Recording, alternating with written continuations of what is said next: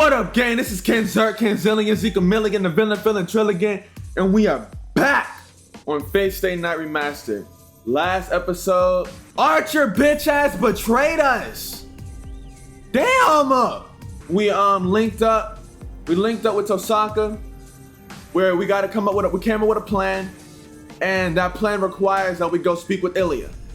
So we're gonna go speak with Ilya. We gotta go negotiate with her and Berserker. Hercules. February 12th. Unlimited Blade Works. 13 versus Berserker. We're fighting Berserker. Oh my fucking goodness. It's an interlude. I almost said Feb-timber. She ponders in the dark by herself. It has already been a day since she attacked the church and killed the priest. It has been a day since she declared that she will find it no matter where it is hidden, if it exists.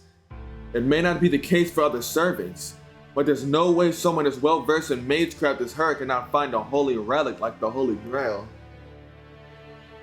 Then there is only one answer. The Holy Grail never existed in this church to start with.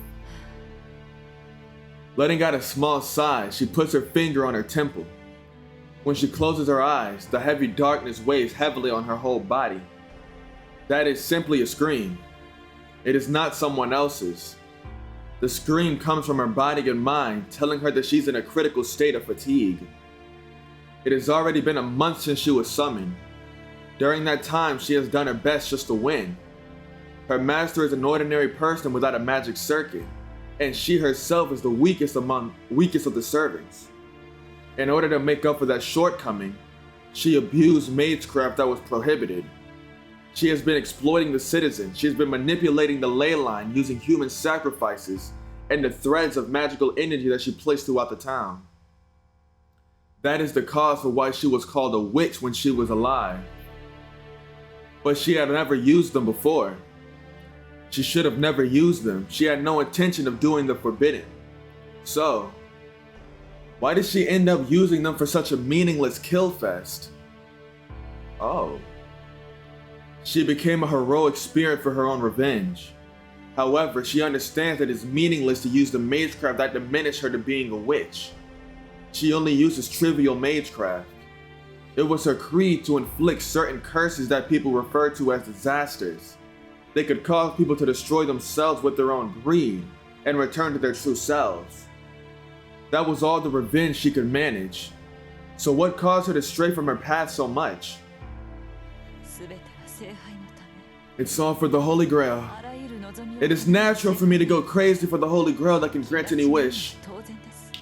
That is a lie. She knows the true identity of the Holy Grail. She knows what the thing is and for what objective servants like her are summoned for a long time. It is true that most wishes can be granted by the Holy Grail that appears in this town.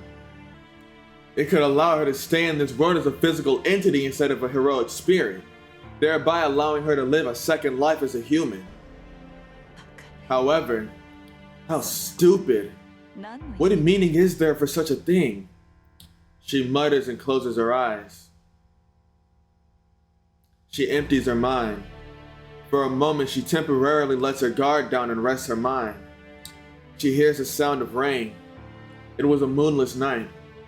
Her empty heart wanders in the surrounding pitch-black darkness.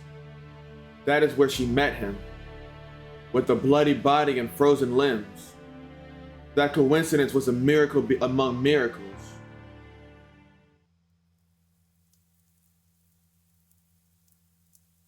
It took place at the mountain that houses Ryudo Temple. Falling rain. She wanders aimlessly in the gloomy, dense forest.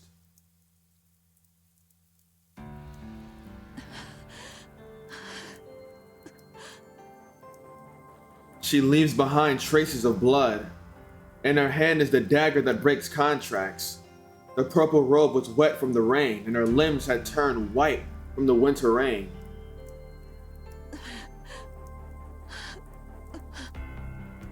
She staggers around, holding on to the trees for support. She walked on dirtied mud, her breath ragged, reaching out her hand as if asking for help. She did not look like her usual self that is always composed. No, there were not even any remnants of magical energy. She was exhausted. There is only a fistful of magical energy left in her. For a servant, magical energy is like the body that allows them to exist. But she was losing all of her magical energy because her master was not supplying her with any. But that was only natural. She killed her own master just now. That's kind of fucked up, don't you think? That is the sole cause for her exhaustion. She, the servant known as Castor, was trying to disappear in this mountain as compensation for obtaining freedom.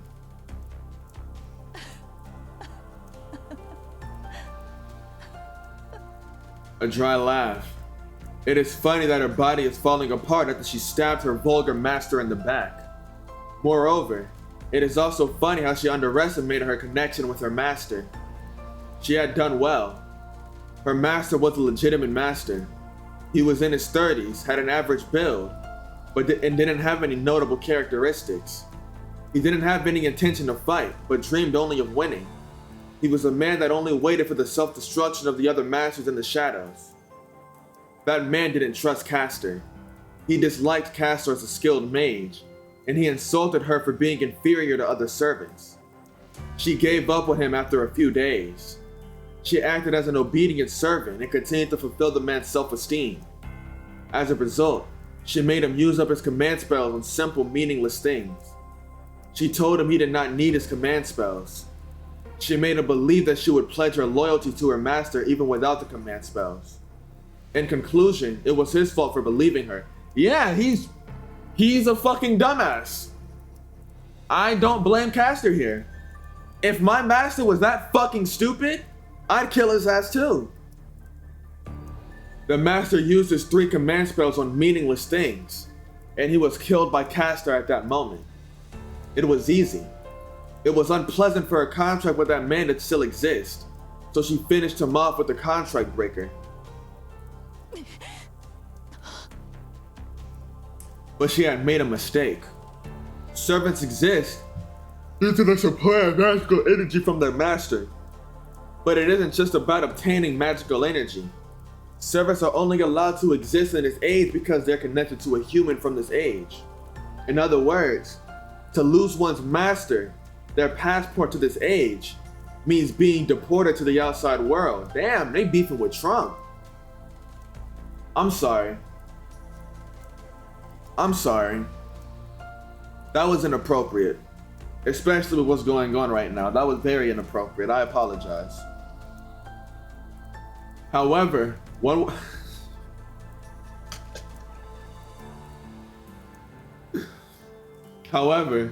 would not normally be this exhausted. This is the curse at her master. I see you, encoding error. This is the curse that her master left. Her master did not approve of Castor, a mage that is more skilled than him. Therefore, he always kept her magical energy supply at a level below his own. The amount of magical energy that a human possesses is not enough to keep a heroic spirit in this world. She would normally be able to last 2 days even if she lost her master, but this time it's different. Her magical energy was drastically decreasing with every second, and she starts to see the end. Probably a few more minutes. She will disappear if she doesn't find the next master to make a contract with. She's going to disappear before she can even fight, as a pitiful servant that got summoned just to be trampled on, unable to accomplish anything at all. It was vexing. It was vexing, but it was not a big deal. Because it was always like that. She was always treated unfairly. She was always someone else's tool, and she was never understood by anyone. Yes, her life was always controlled by someone else. Her mind was destroyed at a young age in order to save Jason, a hero chosen by the gods. Just for the sake of the hero, the goddess of beauty happened to favor. The goddess cursed her to blindly fall in love fall in love with a man she didn't even know. With a blank mind, she betrayed her father and even her own country. That's fucked up! She has no recollection of anything that happened afterwards. After everything was over, the girl, who was a princess, was in an unfamiliar country. The girl who betrayed her father, the king, for a man. The witch who cut apart her own brother and mercilessly threw the pieces into the sea. The man who wished for that in order to become the king cast her aside, saying that he could not marry a witch. She was taken to an unfamiliar country while still being manipulated, was labeled as a witch, and the only person she could rely on threw her away. That is her origin. That's fucked up! She had nothing to be blamed for, and the people around her understood that. Despite that, the people still demanded that she play the role of a witch. An evil to protect the king. An evil to be on the receiving end of dark superstitions. They wanted a convenient scapegoat that they could blame for any disaster. That system hasn't changed. The humans desire an easily understandable evil so that they can reassure themselves of their own goodness. In that regard, she was a perfect scapegoat. The father she could rely on was in a distant country. Therefore, there was not a single person who defended her, so the people could comfortably blame her for things. How they are poor, how they hate others, how people are ugly, even how people die. They decided that everything was that witch's fault.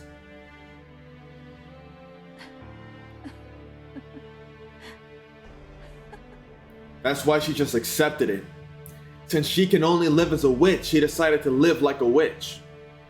She just swore that she would show them how ugly the thing they desired and celebrated was. If people do not know their ugliness, and so be it.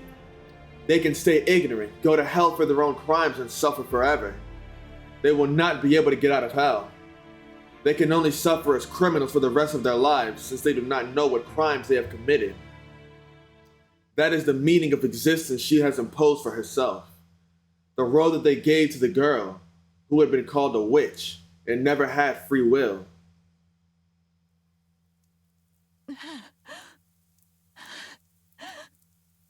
But something like that, it's not something that someone wished for.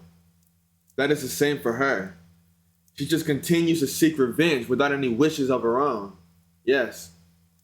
Until she met the stranger at this moment. A rustling sound. She glares ahead while struggling to remain conscious. It is midnight. What kind of human would come into this forest? What are you doing there? It was a heavy voice. She did not even have the composure to check who it was. She just thought it was all over. She had no power to use magecraft. Her purple robe might have looked like a coat, but she was covered in blood from the waist down. A woman covered in blood hiding in this rain. It was obvious what this human would do just from seeing that. They would run away first.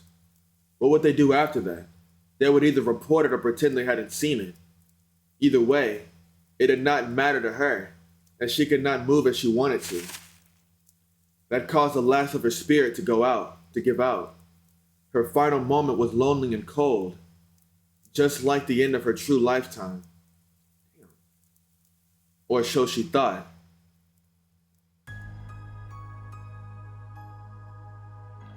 When she regained her consciousness, she was at that place. Sitting in front of her was that human, the man she met in the woods. So you've awakened. Can you tell me about your circumstances? Those were his first words. When she watched the man with blank amazement. Go home if I did a needless thing. If you wish for me to forget about this, I shall do so. The man tells her in a tone of voice that doesn't change. That was how she met her master, Soichiro Kuzuki. I'm sort of understanding why Caster is why she's doing everything that she's doing now. You know, cause It's like, while what she's doing isn't good, there's no real excuse for it. You can still be empathetic and understanding, you know? And, you know, I understand. I see where she's coming from. I can see her heart. You feel me? Like, you live your whole life being deemed evil by a bunch of dumbass people, fucked over, screwed over, being given the role of Satan. And then the first person, and then you happen upon the first person who sees you in your worst predicament yet. And before they even think to judge you, they first ask your circumstances and offer to help you. That's like, of course, she simply just wants to do whatever she can for the one motherfucker who treated her properly. I understand that. Like, I understand that. I mean, I don't relate to that, but I understand that. That's valid. Too bad she's like killing people in the process. Kuzuki was a strange man. Should it be called a ghost? He had no reason to live, but he had no reason to die. He was just there. And since he existed, he just did what was given to him. He had no self. That was her first impression of him, so she thought it would be easy to turn him into a puppet. She gradually realized that was a mistake. Soichiro Kuzuki has no past. He has no self because he has no past. But it does not mean that Kuzuki himself is empty. In reality, Kuzuki was a sincere man. He easily accepted her when she told him that she wanted him to be her master, and when she revealed her identity. If she asks, "Do you believe such a story?" he replies with, "Was that a lie?" Of course, if she replies to him that it was the truth, then he would accept it. She was able to stay in this world by gaining a new master, and was able to return to her role as a witch. Even now, she thinks that was a miracle. She would have disappeared before she awakened if she had not been taken to Ryudo Temple. Ryudo Temple is a demonic place for servants, but it is a perfect place for summoning once inside. The bounded field that surrounds Ryudo Temple is useful for keeping any inhumane beings inside from disappearing. She was saved right before she was going to disappear because her master because she was brought to Ryudo Temple. If it had been a different place, she would have vanished after being taken there. As a result, she found the best ley line and an impregnable defense. She was easily able to take over Ryudo Temple, figured out the mechanisms of the Holy Grail, and summoned Assassin as the fifth servant. But such things are trivial matters. She was certainly lucky that night. Many miracles saved her, and now victory is within her sight. But none of it is worth her thanks. If they were nothing, she would have been just as content to give up. There was just one thing that was really important. A very small matter that is not important for anyone else. The coincidence that she was able to meet Soichiro Kuzuki is a miracle beyond belief.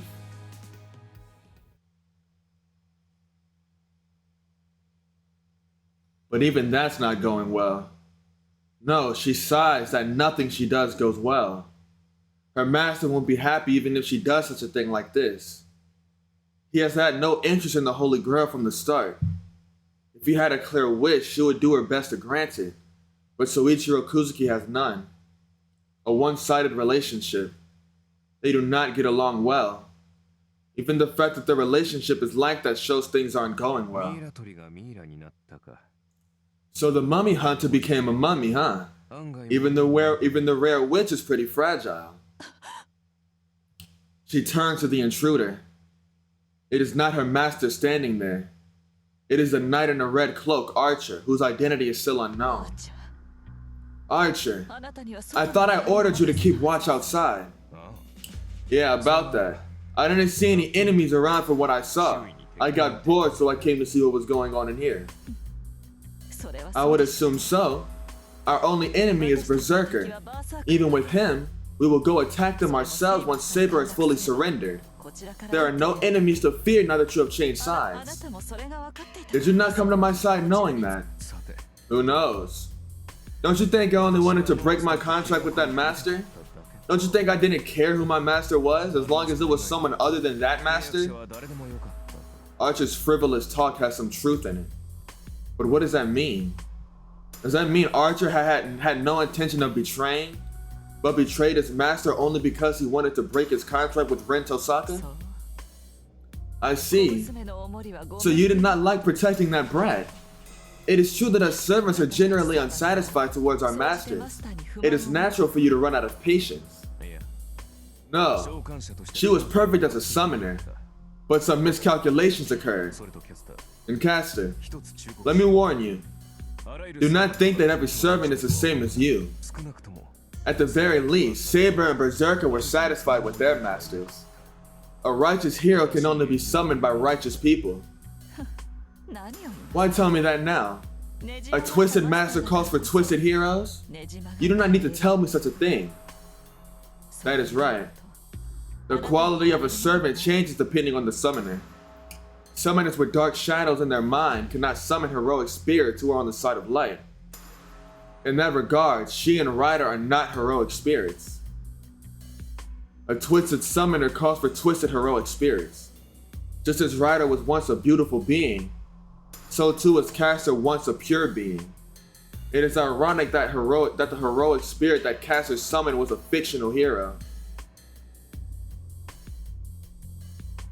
If that's the case, then my boy, what's his name? Don't lag, you bitch.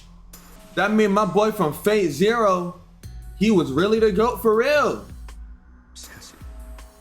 But it is indeed strange once I think about it.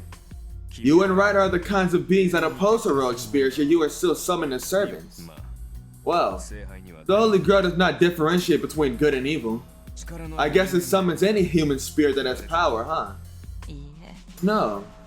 Originally a mixed spirit that has a heroic spirit side was never chosen. The irregularity started with the Third War. Until then, heroic spirits like Ryder and I were never summoned. That does not concern her now. She is also not interested in the true nature of the Holy Grail. Her mission as a servant that goes by Caster is only to win this war. She is not interested in what comes after. No, to be honest, that is not the end she wishes for. Enough with the meaningless talk, Archer. Go back to your position. I do not care what you are thinking, you are already my servant. Your life is in my hands. Keep that in mind when you talk to me. Understood? Then I shall meet my master's expectations like an obedient servant.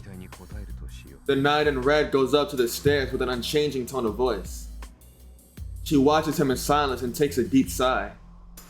One more day until Saber surrenders.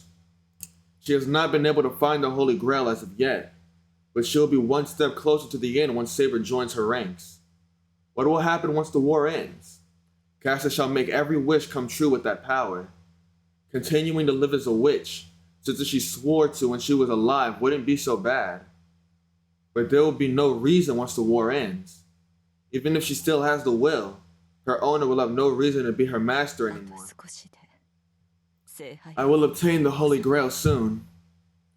Caster extends her pale hand into empty space.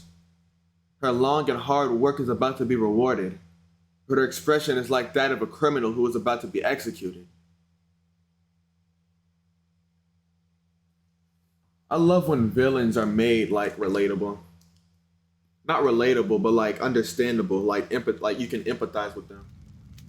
Like even if what they're doing is damn near unforgivable or just like unreasonable, like when you get their past, their backstory, their motivations, you can see to an extent how somebody who went through all that or thinks that way would go down this path.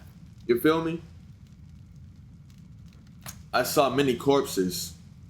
I died at that time and was reborn. Damn, you're really dragging this, aren't you, Shiro? We get it.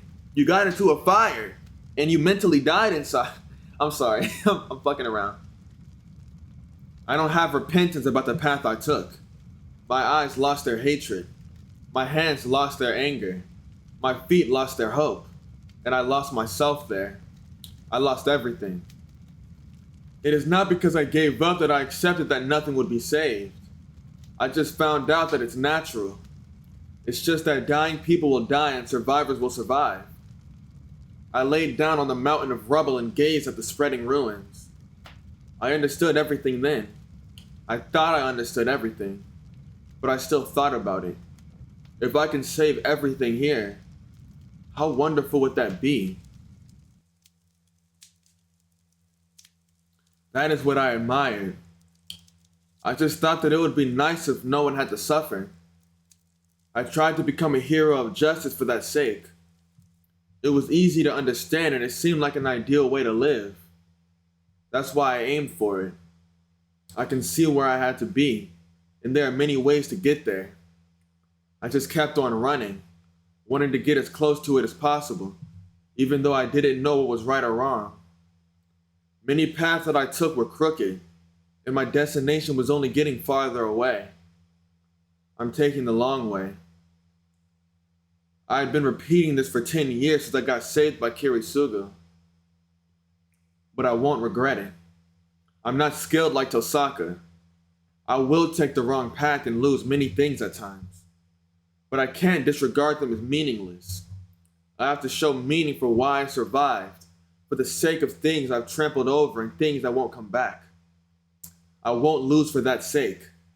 It can't be helped if I lose against others. But I can win against myself. I can always resist against my mind that says to give up. That's all I swore upon.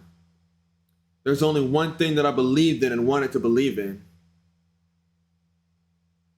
Yes, even if I'm walking down the wrong path, I will not regret believing in it.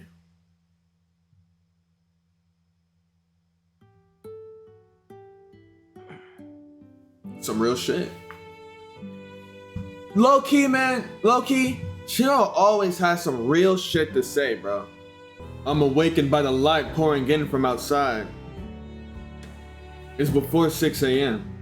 The sky outside the window is cloudy, as if sprinkled with ashes.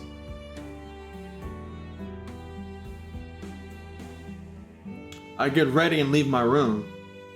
My body's in good condition and there's not much pain in my wound anymore.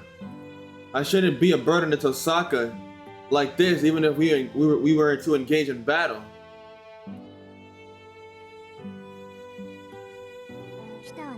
Why the fuck are you wearing glasses?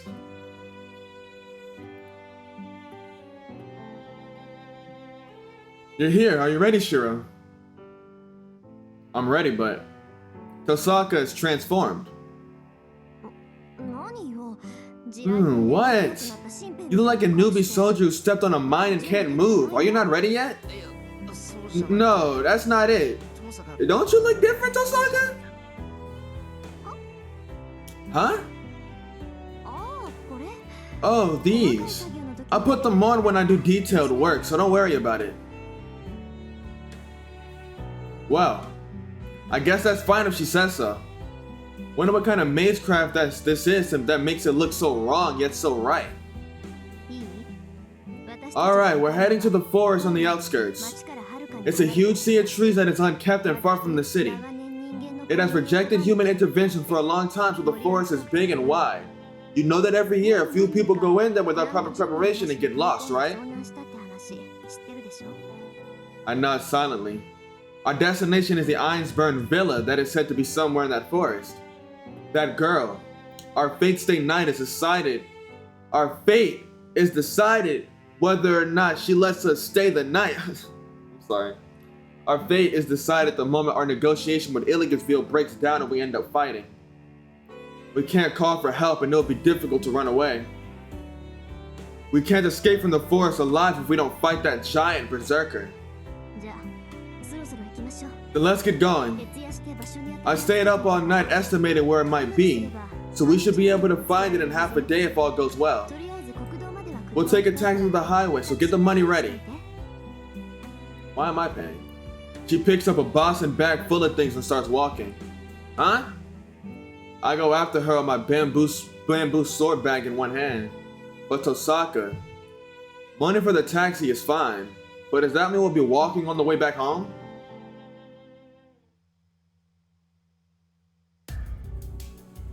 Damn. Fuck. I'm finna nut. Pull up in the forest and I'm trying to get some butt. What? What you talking about, nigga? Talking about, nigga, I'ma pull up on Archer, then I'll pull the fucking trigger. Nigga, just, hold on. Really ain't shit, nigga like me bigger. When I pull up, I'ma getting figures. And I'm getting figures, motherfucker, what's your figure? I'm sorry. We ride the taxi for an hour from town.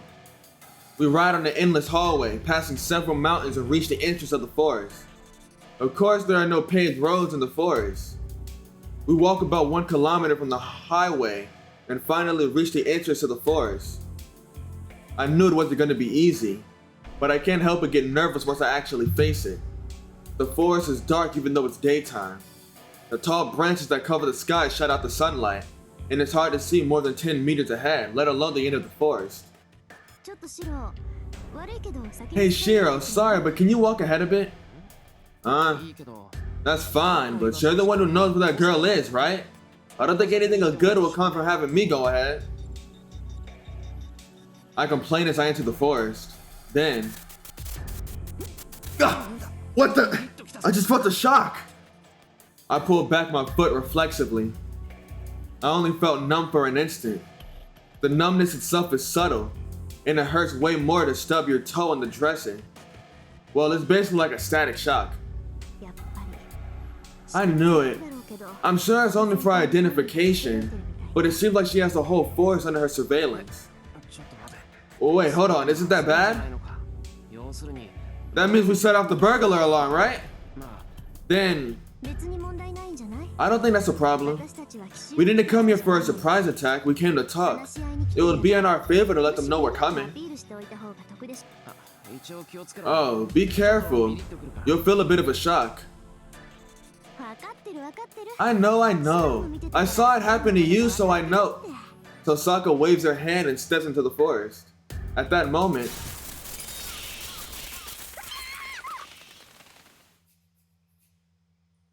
Is the shock relative to your magic power? She got struck by fucking lightning! Tosaka lets out a funny scream and jumps back. Wow. I hear crackling electricity. I want to believe that it's my imagination, that the leaves piled under Tosaka's feet are scorched. It seems the alarm reacts differently depending on the person who steps in. It was like a greeting to me. Shit almost eviscerated her ass. I calmly explained the situation.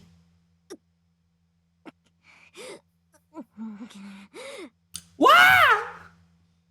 But it does not seem like Tosaka is listening to me. That kid has some nerve! I heard you laugh just now! Tosaka yells at the empty space where there isn't anyone. I don't know where that line went, but her threatening attitude seems like she might go fight instead of talk. Well anyways, it seems like talking bad about Tosaka is fatal no matter how far away you are from her, so I should be careful.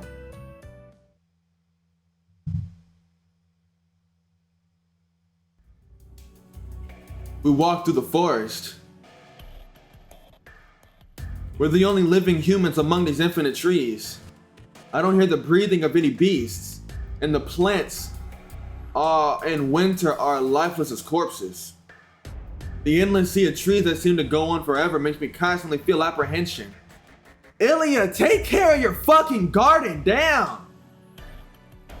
It's already been 3 hours since we entered the forest. It's way past noon, and just as I've become unable to tell whether there have been any changes in the landscape. Found it. Jeez, I'm fed up even though I knew about it. They really built something like that in a place like this? I followed Tosaka's line of sight. There's only darkness ahead. Between the trees, there's some incredibly out of place thing that can be seen through cracks that are so small that can easily be missed by anybody who doesn't pay close enough attention. What is that, a wall? It's a wall. Jeez, what's up with that? They brought that whole thing from their country. Tosaka curses and heads to the strange object we see in the distance. I follow after her, still bewildered, unable to grasp what it is.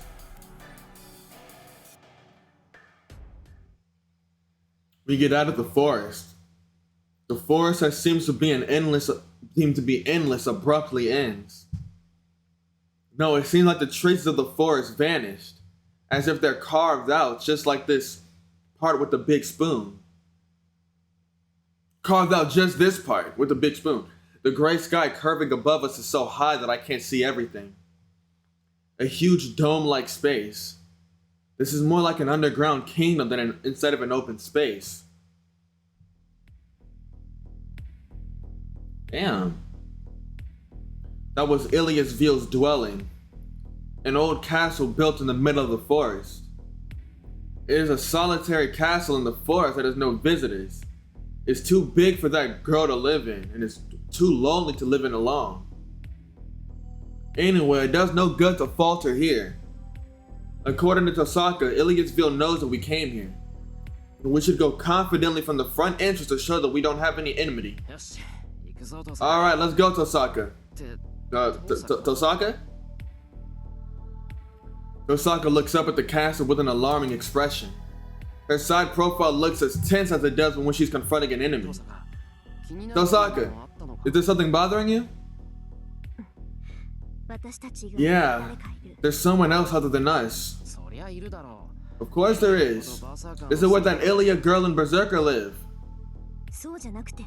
That's not it. There's someone else besides them, Shiro. We're going to enter from here. Huh? Wait!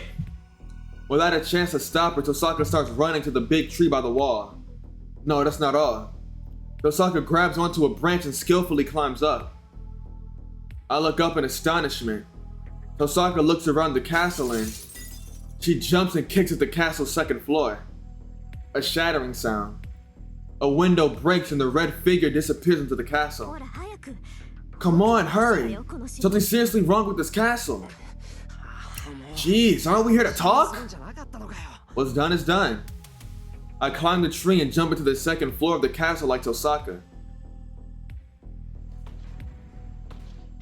I go out to the hallway from the room we invaded.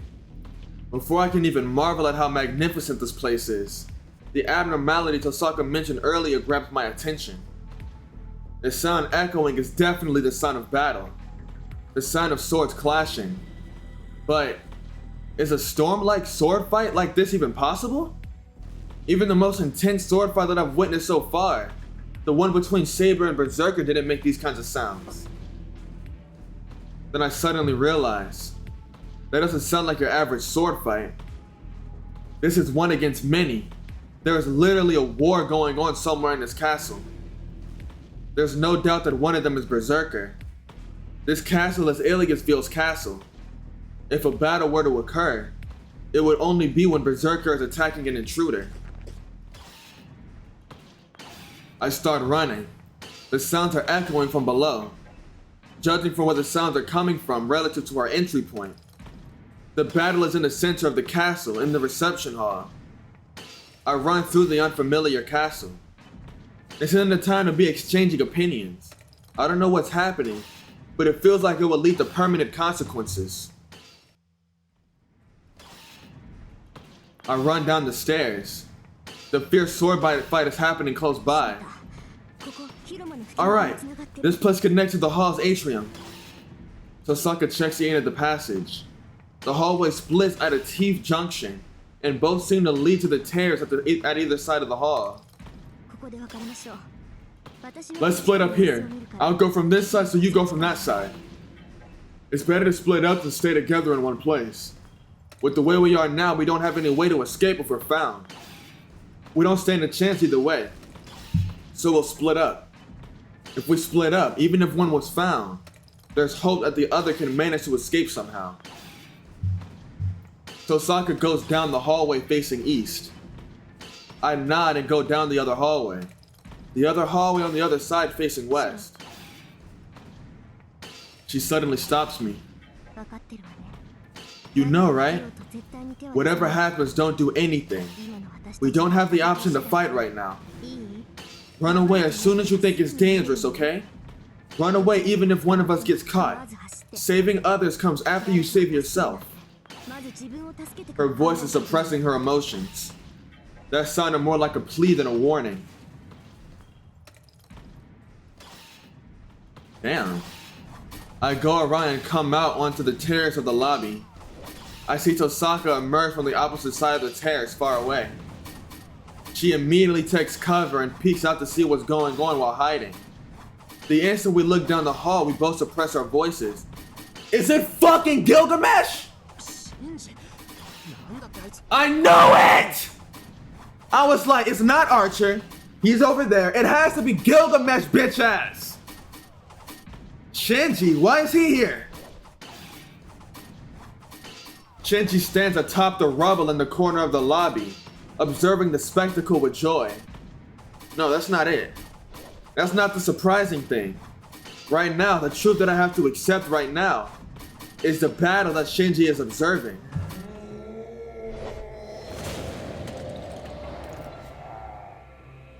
The black giant lets out a roar.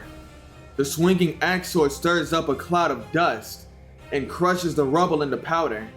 Berserker is no different than before. No, his blood-curdling roar doesn't compare to what it sounded like before. Behind the giant is the pale white girl, Berserker's master, Iliasville. That girl that was always smiling innocently is unfit for a kill fest. That girl is now shivering and staring at her own servant about to cry out.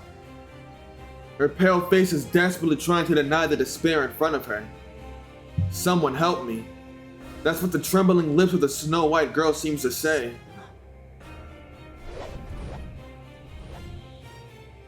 A whirlwind blows violently. Berserker's axe is repelled each time.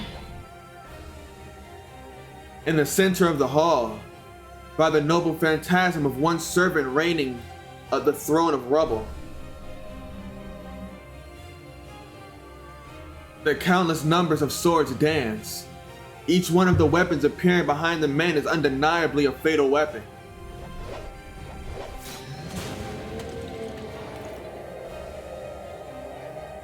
They pierce through, like hot water. The bottomless noble phantasm destroys his berserker's body, as if repelling his axe sword wasn't already enough. His limbs fly off. The swords cut through his body, penetrate his head, and pierce his heart. But he still does not die. The giant revives after each instantaneous death that he suffers, and resolutely advances towards his enemy. 8 times already. Berserker moves forward while being killed mercilessly that many times. That enemy welcomes him with a smile. The repeated tragedy. Berserker is killed many times, unable to get close to his enemy. No way. It's not because Berserker is being defeated without being able to do anything. That man, that servant is beyond belief. All the noble phantasms that are repeated infinitely are real. I can tell since I have projected Archer's swords. Those are the original versions of every noble phantasm.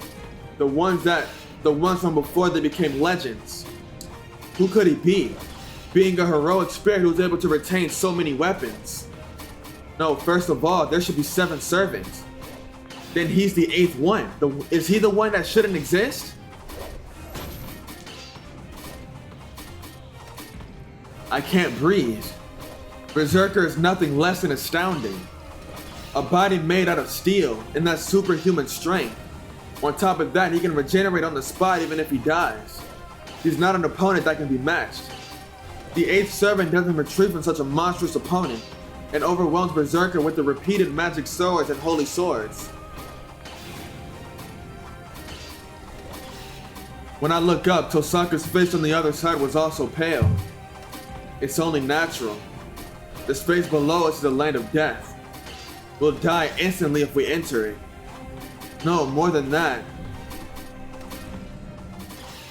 He is a demon. A different atrocity than Berserker. This man lacks order and wishes for battles only for the objective of killing. But even with such an unusual enemy in front of him, the Black Giant is still the strongest. His steps don't cease. Even if his whole body is pierced or cut up, he receives the rain of noble phantasms, regenerates each time, and surely closes in on his enemy. It is an advance devoid of tactics. He is not thinking of any ways of countering his enemy's attacks. He moves forward as long as he is alive. It is a savage battle about just killing the enemy. He will not reach the enemy. Berserker's brute courage will prove futile, and his life will end just as a mere target. The enemy understands that. That's why he stopped on purpose, and it's just provoking the giant that foolishly moves forward. There is no chance of victory for the Black Giant with this method. It is something that the man confronting him and I, looking as an outsider, can tell. And most likely, even Berserker himself, who was being used for target practice, must have realized the same thing a while back. Yet the giant keeps stupidly moving forward. He knows no retreat and doesn't try to avoid the attacks. That man welcomes the figure with a smile. All you can do is attack. Guess that shit is surprised me since you're Berserker. Still, I'd hoped for you as a fellow demigod, but didn't expect you to be such a fool. The noble phantasms appear. Roaring with laughter, the man commands the noble phantasms behind him. Then I shall finish you off. It would be unpleasant for you to come any closer.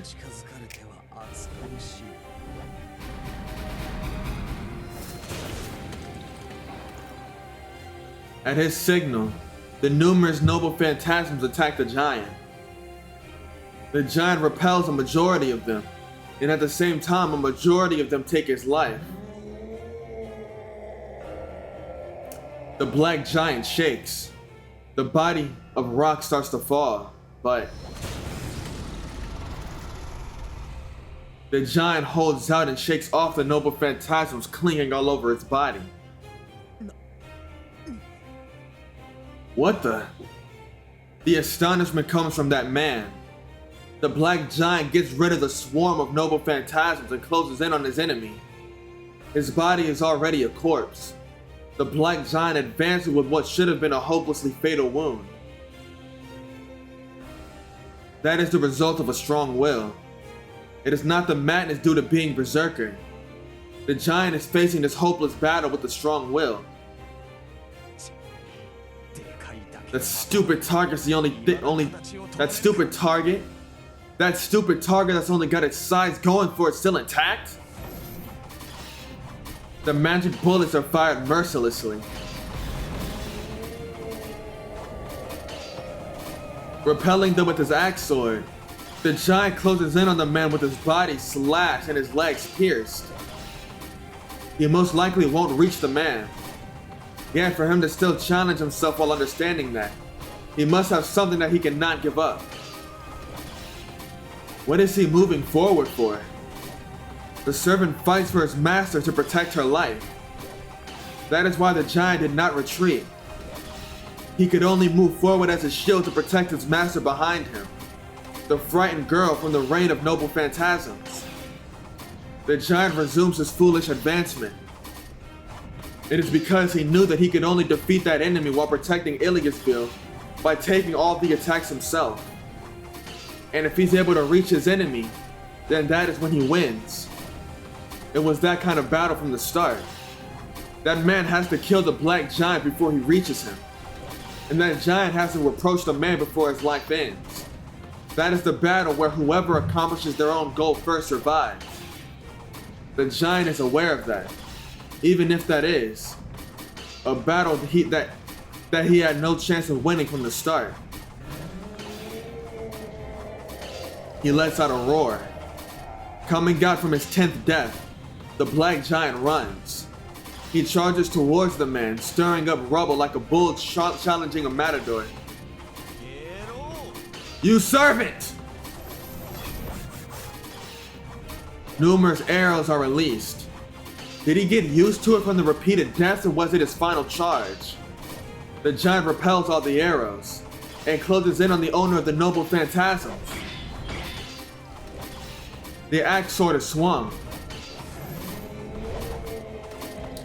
The strong sword that had not been swung at the man at all zips through the air with a flash. Chain of the heavens! The black bull is captured by the numerous chains that appear.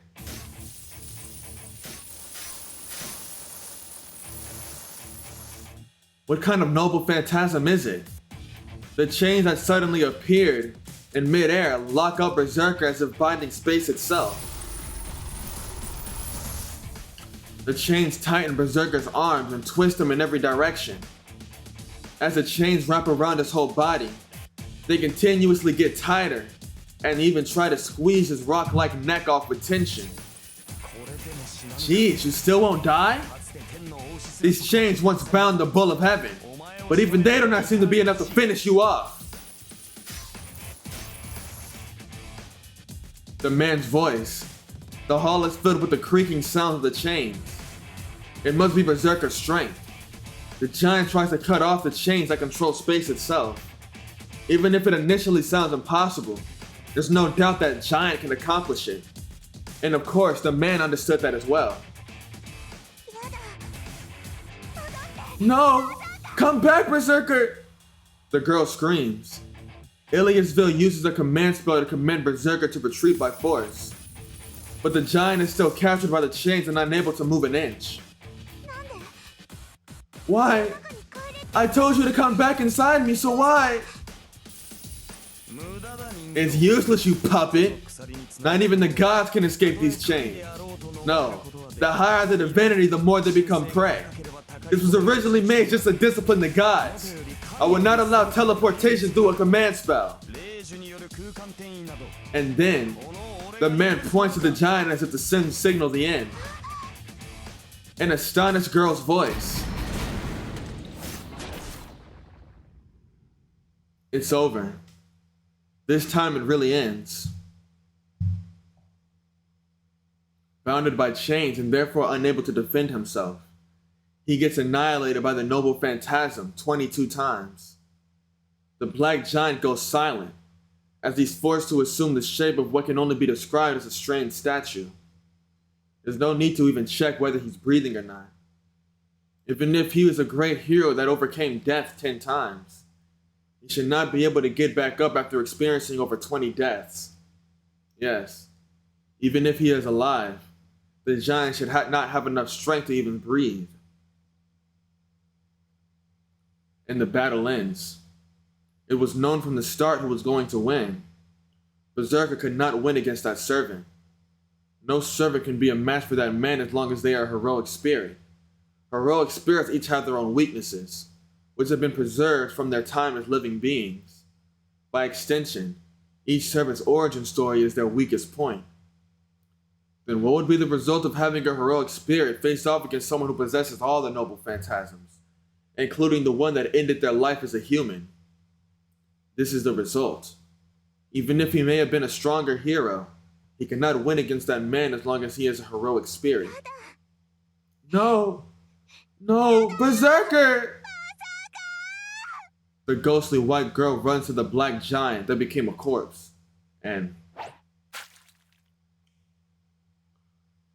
the man mercilessly slashes the girl with the sword in his hand. She screams. The man takes away the girl's vision with a single horizontal strike. For the next attack, the aim is to stab her heart, but that misses. No, he missed on purpose. The girl is pierced in the lung and she coughs up blood.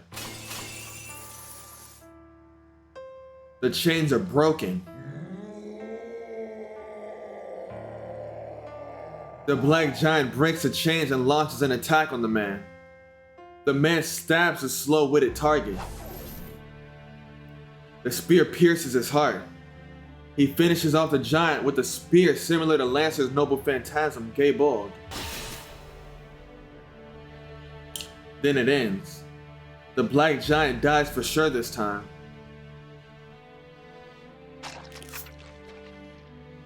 The sword is pulled out of the collapsed girl, leaving traces of red behind.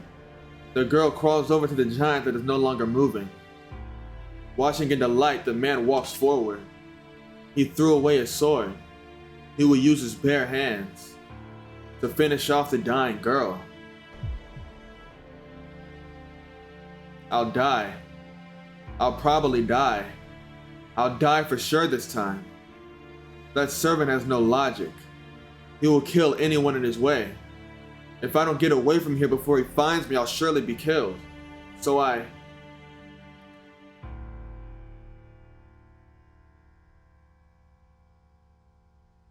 There's no heart. So this is just what simply leads to a bad ending.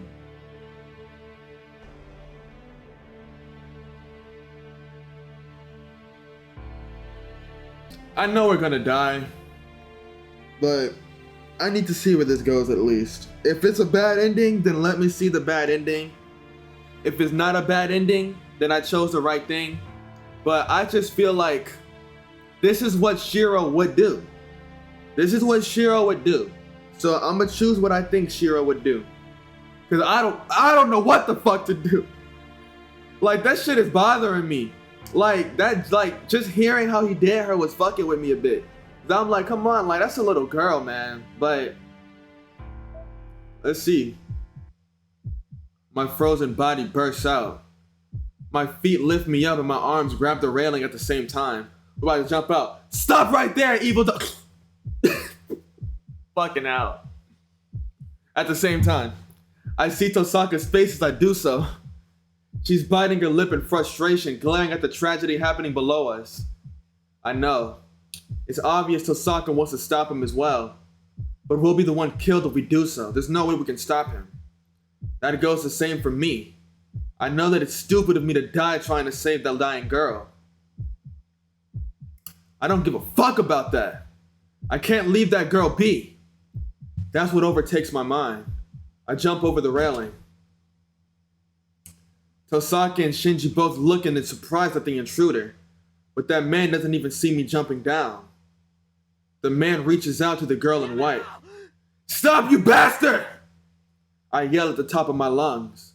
I stop him with all my might. The man stops his arm that he tried to extend, and slowly, he turns towards me by the wall, like a grim reaper who has found his new prey. I'm a little sweaty right now. That was the right choice. It's an interlude.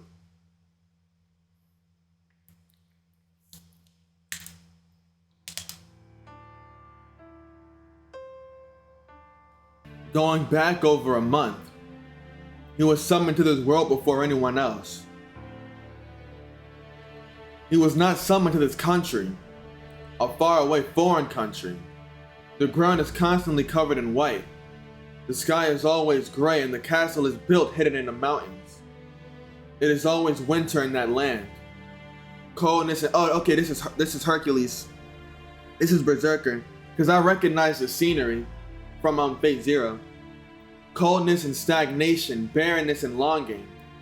They are like living corpses cutting off their connection with the present world and waiting for a reproduction of a miracle. The winter coldness takes away their human warmth, and the stagnant world won't allow them a new lifestyle. His family were seekers of the Holy Grail. Spring won't come for the Ironsburn family until the day their dearest wish is fulfilled. It has already been 10 centuries since they started the search for the Holy Grail. After using every possible method to get close to the Holy Grail, they were eventually able to cast the Holy Grail out of iron. However, all they could do was make a vessel. No mystic dwelled within it, and they kept casting vessels that would never be lifted, that would never be filled. But a foreseeable end comes to those days. They performed a ritual to fill the vessel with the help of outsiders. The result was both a success and a failure. The Holy Grail was made. Through this, the Holy Grail would be filled. But it made many enemies at the same time. Even as the supposed owners of the Holy Grail, they were reduced to mere providers of a service, no better than any other mage. Their tenacity is abnormal. No, ever since they almost obtained the Holy Grail 1,000 years ago, they had lost their minds. They broke the rules and constantly pulled the strongest card. Their first time, they did not have the leeway to do so. The second time, they finally found a loophole in the rules. The third time, they summoned what they shouldn't have. Then the fourth time, they were sure of their victory after gaining the strongest card and its manipulator. The results were a crushing defeat like never before. Of all the servants and masters, they chose the ones who betrayed them. The man destroyed the Holy Grail, leaving his daughter behind in the Winter Castle. Okay, yeah, I remember this from Zero. They were furious at the man's betrayal and lamented their mistake. They could not trust outsiders after all. Only one of their bloodline, their family's creation, who had inherited magic circuits perfected over generations, could obtain the Holy Grail. They had a backup plan to start with. Then the fifth time, they made certain they prepared the strongest master and servant. That was him. 2 months before the Holy Grail started, every rule was broken for him, Berserker, to be summoned beforehand. The days that followed were only to hurt the human that would become master. The command spell engraved all over the girl's body was only to control Berserker. It did no good as a magic circuit and drained her life away. Even just a slight move by Berserker would make the girl scream. It's no wonder. It was 2 months until the Holy Grail would appear. The only thing keeping this great hero in this world was her magical energy and command spell. Berserker was not created from the magical energy of the Holy Grail. No matter how special she is, keeping Berserker using only her magical energy is like taking her own life away. Knowing that, they still did not allow her for rest. They abandoned them in the winter forest, filled with a pack of hungry beasts. They gave them over to the corpses possessed by evil spirits.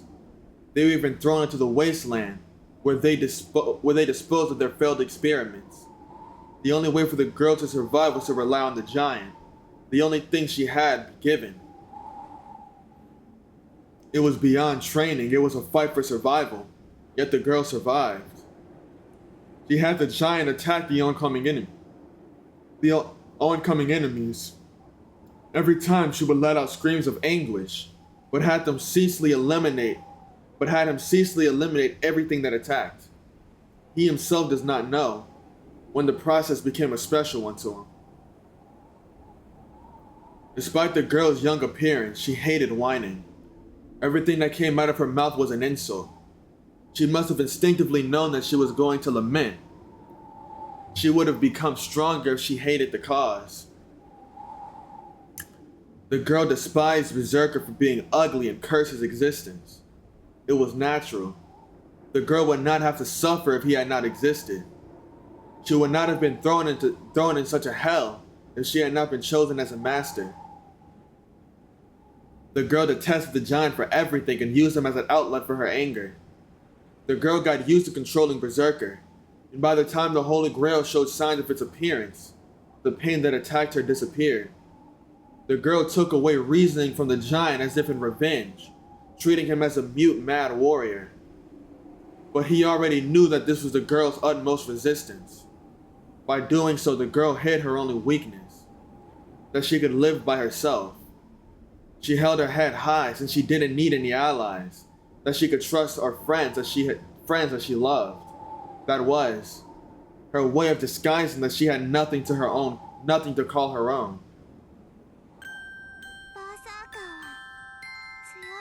You're strong, Berserker.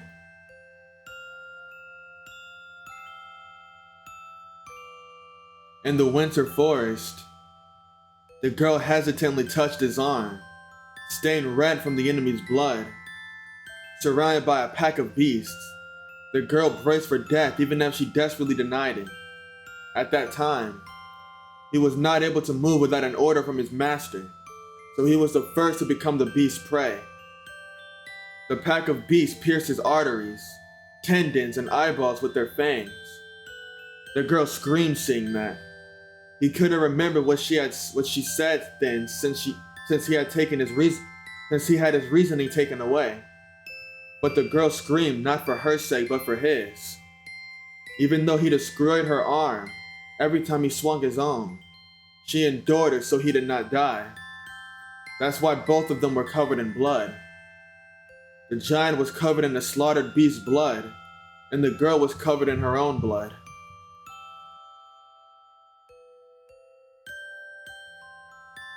He remembers that winter forest, the weight of the girl that leaned on him crying tears of pain, and he realized, in that small cold castle, the black giant was the only one that the girl talked to.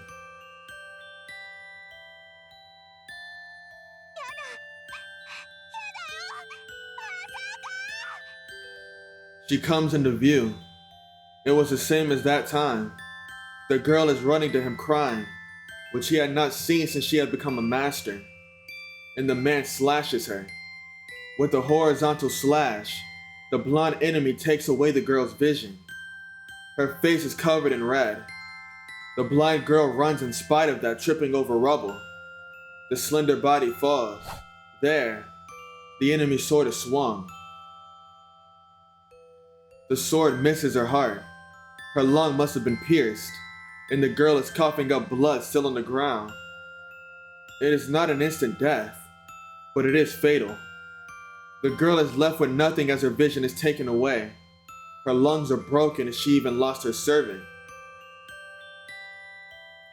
If she could die peacefully, it might at least be a salvation if she could just go to sleep right there. However, it hurts. It hurts, Berserker. The girl is moving forward, leaving a trail of blood behind. She crawls towards the black giant, fumbling and crying in anguish. How much power was left in him? He breaks the chains with all his might and grabs at the man. The magical spear is thrust. The spear pierces the giant's heart, and it ends. The man pulls out the spear as if nothing happened, and the remaining power in the giant completely disappears. His body disappears. The power that was giving him form had completely disappeared. Then all there is left for him is to disappear. The servant lost all his magical energy, and has no power to stay in this world any longer. He falls to the ground. But in his final moment, he sees the girl fumbling around for him in his peripheral. Strength returns to his collapsing legs. The law of magecraft that built him, the regulation of the world that hates inconsistencies, and the body of rock that crumbles away as sand. You're strong, Berserker. He pushes away every power that tries to eliminate him with just his will. I can't disappear yet. He's probably the only one she could rely on, in order to support the lonely girl who insulted him, but still believed in him as her only reliance. I don't know. Where am I? I don't know, it's so dark I can't tell where I'm going, Berserker. With her vision taken away, the girl is crawling with her arms stretched out. She must want to feel him, but she can't see him now. Her hands in blood grope at empty space, trying to verify his existence. There's no power left in him. There's nothing he can do. Berserker will fall here and die here. His body has died, and he has no strength to support his falling body. It's why I feel safe. No matter who it is, I won't lose against him as long as I have you, Berserker. But not this time.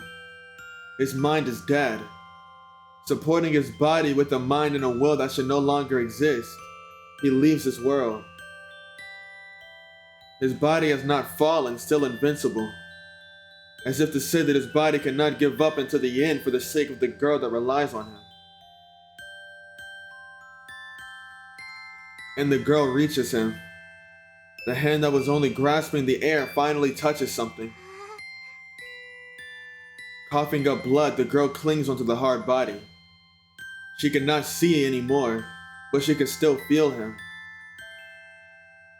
Berserker hasn't lost. She cannot see for herself, but Berserker is strong as always. Yeah, I'm glad. Stay here, okay, Berserker? Strength fades from her body. Everything hurts and she's scared. But it's alright as long as he's here.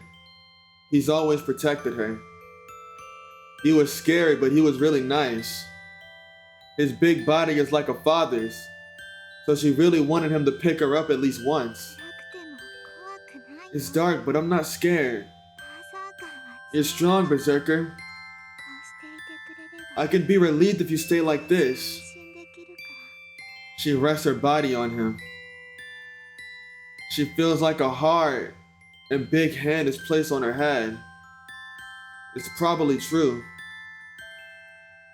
He should be patting her head if she opens her eyes. Yeah, it's a bit cold.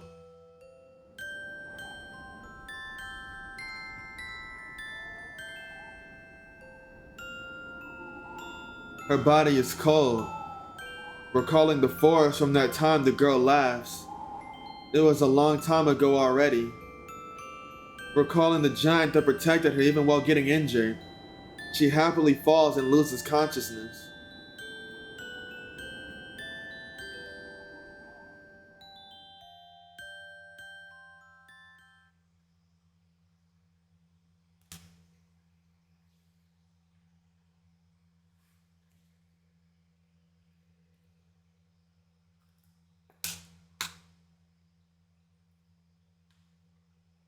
All the depressing shit I see in these games that I play, and that's what makes me tear up. Holy shit. I don't know why that specifically fucked with me the way that it did. I don't know why.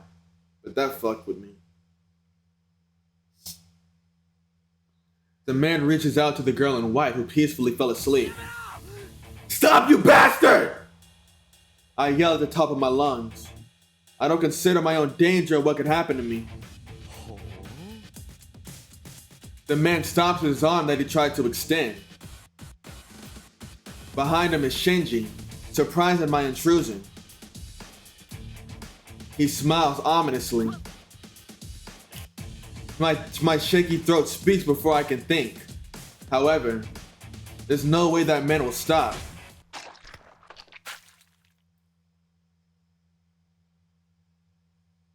I couldn't even tell him to stop. The man pulled something out of the girl's body with his bare hands, with a smile still on his face. A red, dripping object that looks like a fruit. The thing in that man's hand is, without a doubt, the girl in white's.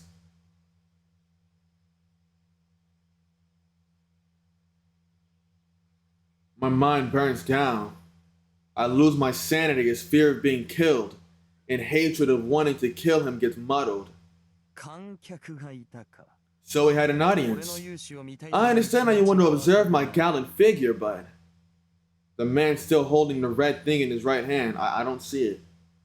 Know your place. Who do you think you are to order a king, you mongrel? He fires one of his countless noble phantasms at me.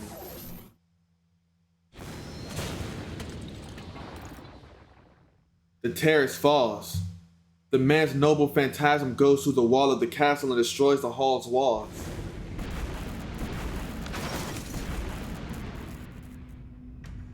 I don't move a step in the midst of it all.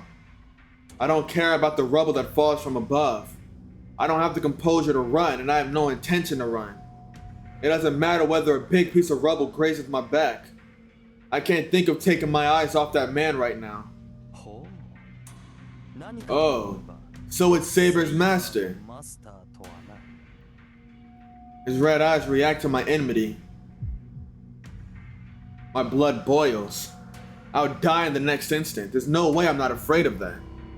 but my body refuses to run away and keeps screaming to defeat that enemy right now.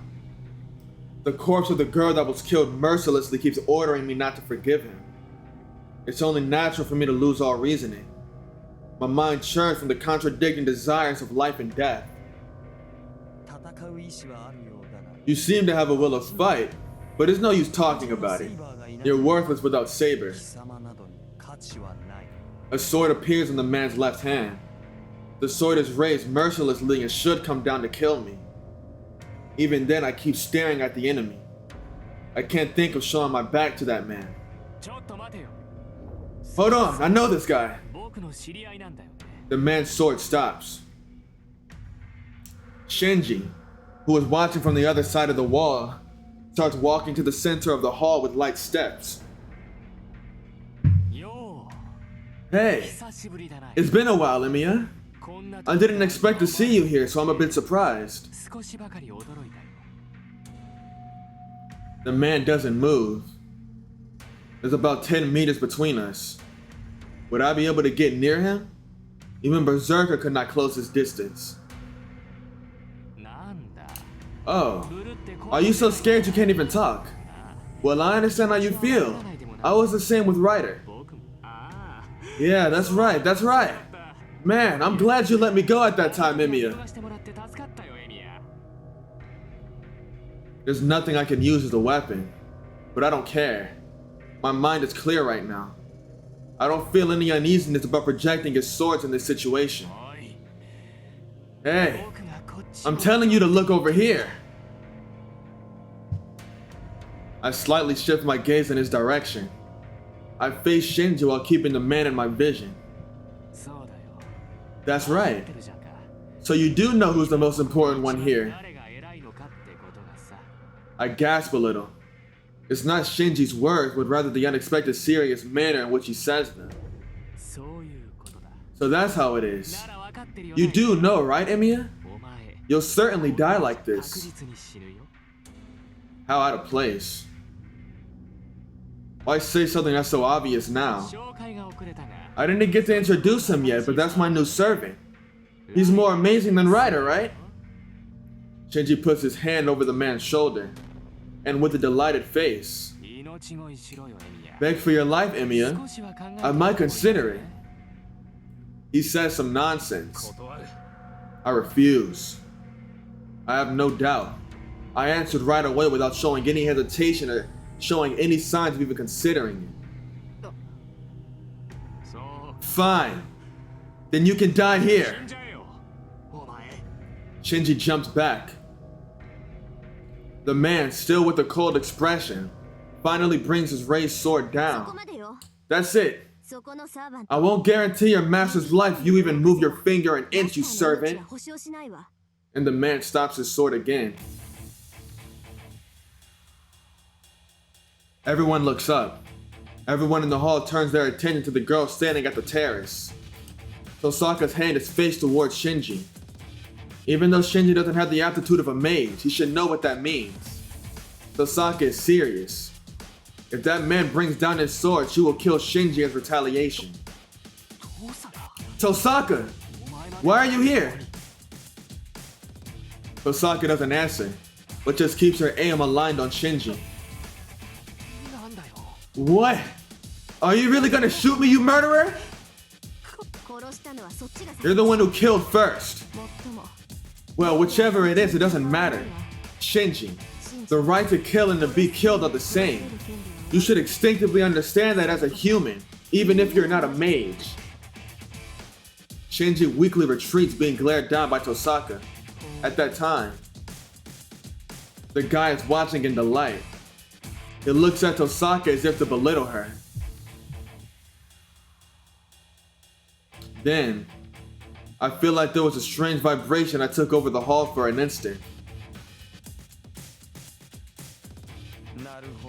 I see. You know you will not be able to defeat me, so you went after my master instead. You brought on the negotiation because you know that I would not stop even if you killed my master. That's right. You wouldn't stop even if Shinji dies. But you can consider it in this situation, right? You can save Shinji right now. You're a servant, so it should be a hard blow to lose your master. I see. You're pretty quick-witted. That's the only negotiation if you want to save that mongrel. The sword disappears. He turns his back to me as if he's lost interest in me. What are you doing? Who told you to stop? No, the situation changed, Shinji. She will be perfect as a vessel. Shinji's breath stops. His face filled with irritation turns into a dirty smile. I see. Man, I'm glad that you're alive, Tosaka. Really? I'm relieved as well. I've known you for a long time, even if you're like that. I would be disheartened if you died somewhere. Laughing happily, Shinji claps his hands. It's strange. Shinji shows no fear even though Tosaka can end his life. It seems like an overwhelming joy is numbing his emotions. Oh well, that aside. How about this, Tosaka? Why don't you forget about Emiya and team up with us? That's right. You also know how Caster is stocking up power, right? The Ryudo Temple is the altar this time. It's a bit unfavorable for us if she's taking position there and stocking up magical energy. Shinji says with both arms raised. But that's an obvious fact. On top of that, it seems Shinji doesn't know about how Caster obtained saber and arching. See, you can tell, right? The chance of victory is slim by myself. I beat Berserker's master, but that isn't enough. We can make something that can beat even Caster, if you join us.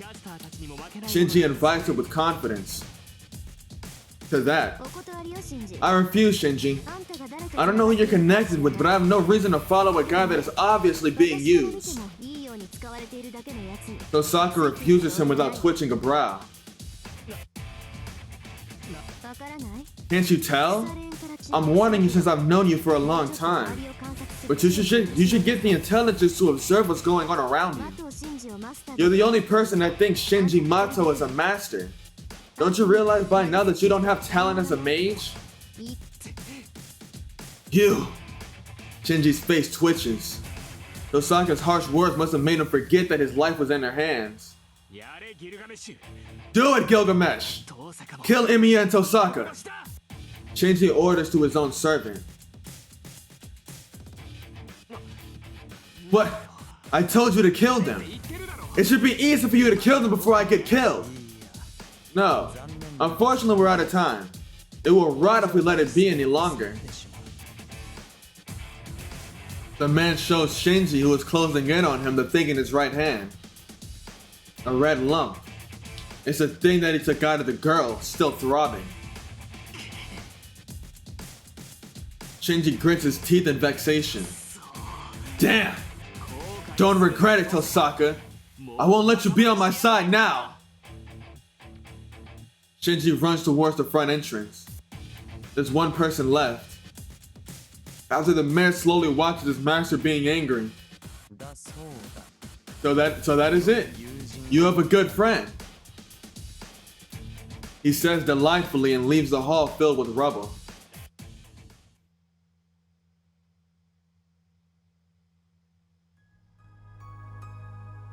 And we walk towards her. The center of the hall. With gray sunlight coming in from the ceiling, the girl is sleeping, covered in rubble. Her eyes don't open. Looking up close, the girl is not white at all. The girl's covered in red all over, looks nothing like before. It's not your fault, Emiya. You know that, right? We couldn't have saved her. I know. I've been taught that there are people I can save and people I cannot save. I knew that I'll be putting my own life in danger if I tried to do things that are beyond my capacity. But still, I still wanted to save her. I don't want a child to die. I don't want anyone dying in front of me. Asking for help. Not being able to save someone asking for help was more scary and painful than anything. There's no way I can apologize. And I don't know her well enough to apologize either. The girl has nothing to do with me. I understand that without being told, but why? Oh. Why are these eyes crying irrelevant tears? Why? Why? You knew you were going to be killed if you went at him. So why did you try to save Iliasville? No matter what the results may be, Iliasville was an enemy. So how could you go so far for her sake? Did she seriously just ask me that? Tosaka's eyes were serious. I have no reason. I stopped him because I wanted to save her. There's no other way to explain it. After Tosaka glares at me. I see. I thought you were abnormal before, but now I'm sure. Shiro, the way you live is really distorted. She tries to open the lid that I've kept closed this whole time. Distorted? That's right. It's wrong to live thinking that others are more important than yourself. Look, I'm not talking about the common opinion that people save others so that they can be loved. Setting that hypocrisy aside, human beings have to put themselves first. Of course there are people with others as their priority. But first of all, you're something special that can't be put on a scale. You're like the scale itself. But you're trying to break that scale and help others that you don't even know. Yes, that's fine. If you're a human that doesn't have a sense of self and is merely living, then that's fine. But you do have a sense of self. You can't neglect yourself when you have a strong sense of self-awareness. If you keep on doing that, you're going to eventually break down. No way. I can't break down. In fact, I do this in order not to. I try to save people that I cannot save so that I can hold my head high. No, you're broken already. So tell me, I don't know what happened 10 years ago, but that must be the cause of why you're screwed up. Tosaka seems like she's got tears in her eyes. Why is she making such a face? It's almost as if she knows that I'm gonna spend my life trying to help others without getting anything in return. So she's trying to earnestly stop me. It was like that at school too. You were super calm in front of that many bodies. Even I mistook them for dead bodies. But you were able to tell that they were all alive with just one glance. I always thought that was strange. You never even had formal training as a mage, but you were able to calm yourself down every time you got into a fight to the death. Even if you got enraged by seeing corpses, you never had any aversion towards the corpses themselves. That must be because you were used to seeing people's deaths. You saw something that gruesome 10 years ago, right? Used to seeing. Yeah, it's not like that's my first time seeing them. I think about the students who were on the floor at school, Ryder, who was unrecognizable by the time she died, and the girl sleeping in front of us now. To me, the people who died in that incident from 10 years ago are the only ones who went through inhuman deaths. But that's wrong. The fire 10 years ago saved me. That cannot be the cause for why Tosaka is criticizing me right now. No, Tosaka. That's not it. I was saved, that's all. Saved? So you were saved from that fire 10 years ago, and that was by Kirisugo Emiya. Yeah, that's right. But that's it, that isn't the cause for anything. My heart aches when I answer. My body's telling me that's a lie. Then was there something else? Something you were always regretting, or something Kirisugo took away from you in compensation for saving you? There's no such thing. Kirisugo just saved me and there was nothing to be taken from me. I shouldn't have had anything then. I saw many corpses. I died at that time and was reborn. I don't have repentances about the path I took. My eyes lost their hatred. My hands lost their anger. My feet lost their hope, and I lost myself there.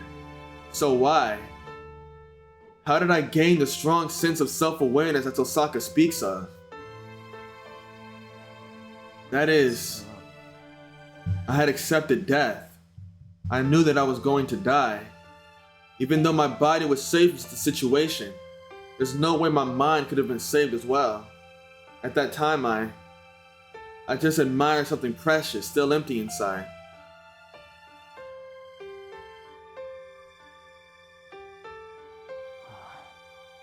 Oh, that's right. I remember now. No, I didn't even put it in my memory. That's why I didn't even realize it until now that that's what really saved me.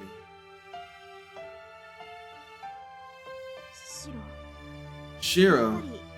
So did he make you sign some contract or something? No. He didn't take anything from me. I only received a world like hell. In a place where every person except for me died, I was saved. Nobody saved me, and I wasn't able to save anyone.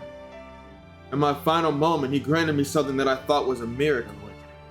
I remember his eyes that peered into my eyes, and his voice pleading for me to live.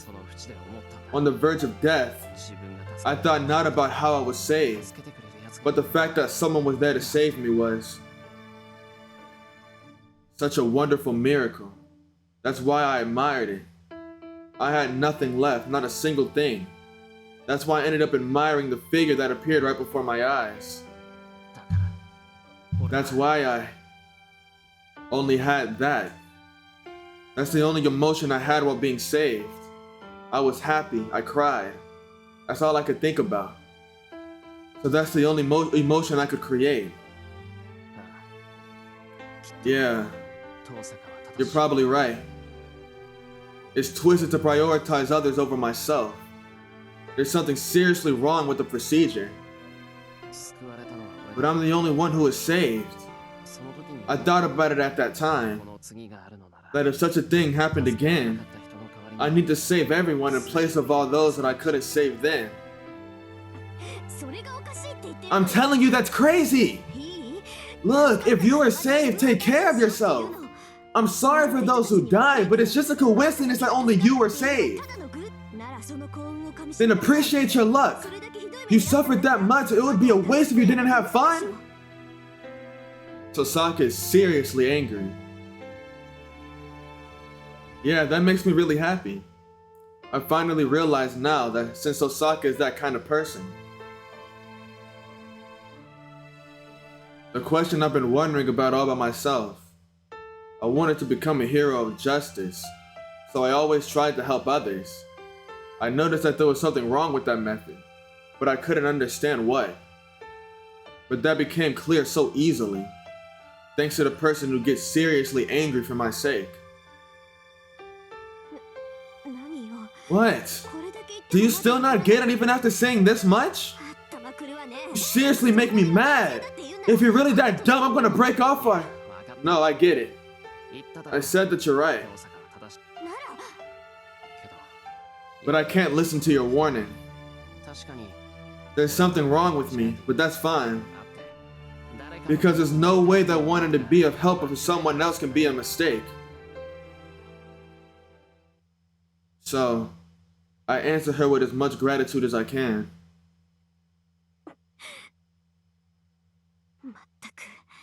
Jeez, I can't say anything if you make a face like that. Tosaka must have felt awkward as she turns her back to me and walks away. And then, well, it can't be helped. I guess I'll do something about it for you. She takes a deep sigh and complains.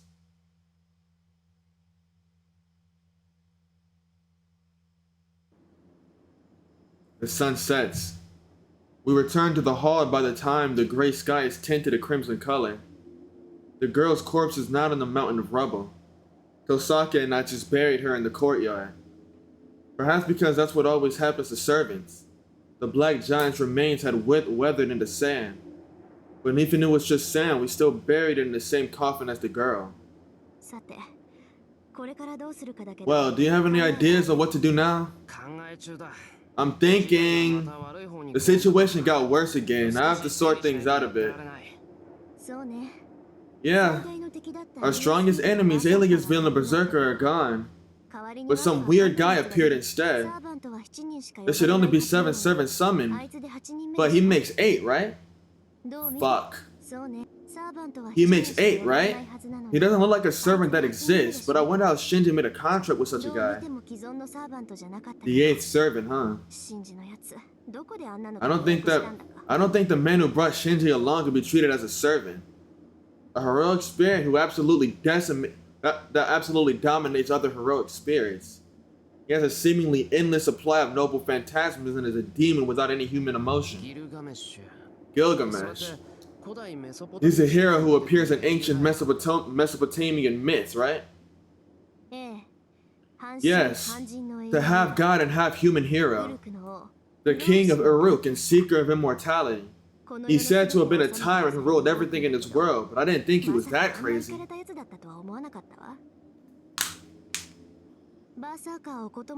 He defeated Berserker easily, so he might even be stronger than Saber even with their full powers unleashed.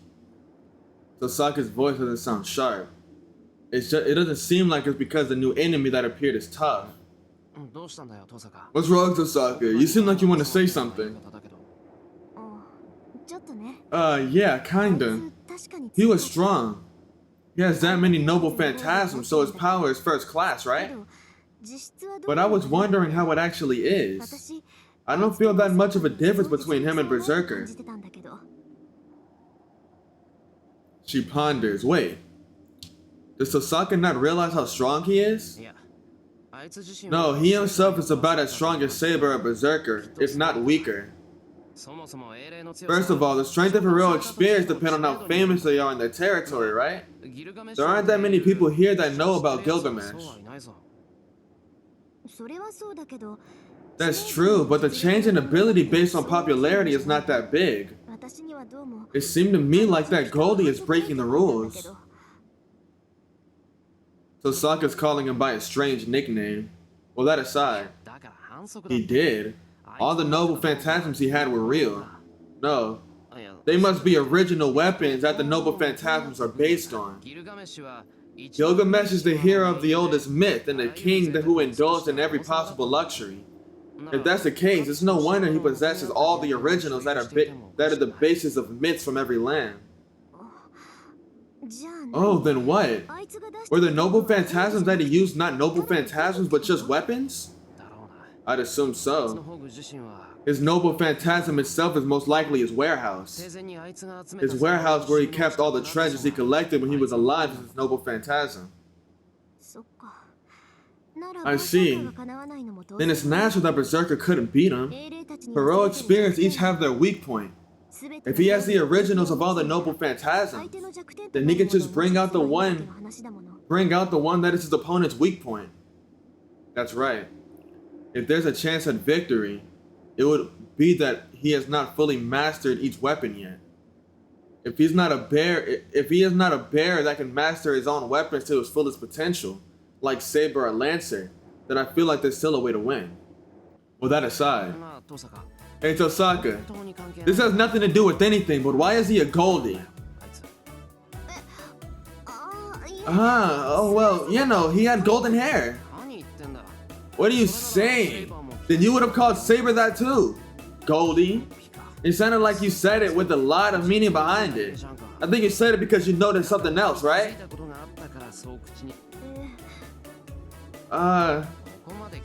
Don't hide it now. You noticed something else, right?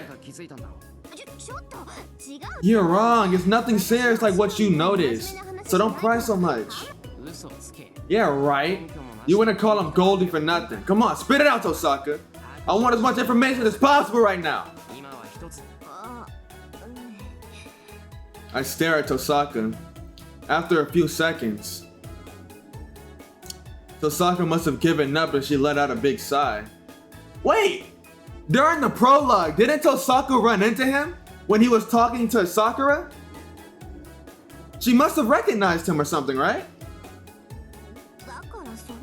Well, that is, he had a lot of things that were expensive, right? So I thought he was really rich. That's why I called him Goldie. That Goldie looks like he's living a luxurious life, right? Tosaka scratches her cheek as she looks off into the distance, laughing uncomfortably. How scary. It seems like anyone rich is considered a Goldie to Tosaka. What's more scary is that Tosaka was able to tell the server's true nature just because he seemed rich. Anyways, that's another troublesome guy. It's already bad that there's an 8th servant, but he himself is the Joker. Even if we wanted to question Kiri as a supervisor, he's missing. Well, Cass is more important right now, so we'll put him off. We'll have to put it off until later. That's right. Caster is storing more power as we speak. Saber, who's resisting Caster's control, won't be able to defy any longer. No. In the worst case, there's a possibility that even Saber is on the enemy side now. Yeah. We couldn't get Iliasville's help, but that doesn't mean we can let her be. At this point, we should think of a way to defeat Cass with just the two of us. Yeah. I don't have any ideas, but that's all we can do. Tosaka sighs and sits down on the rubble. Man, I didn't think we'd be having a strategy meeting in the castle. I follow Tosaka's lead and sit down. Well, we'll be able to stay warm here at night.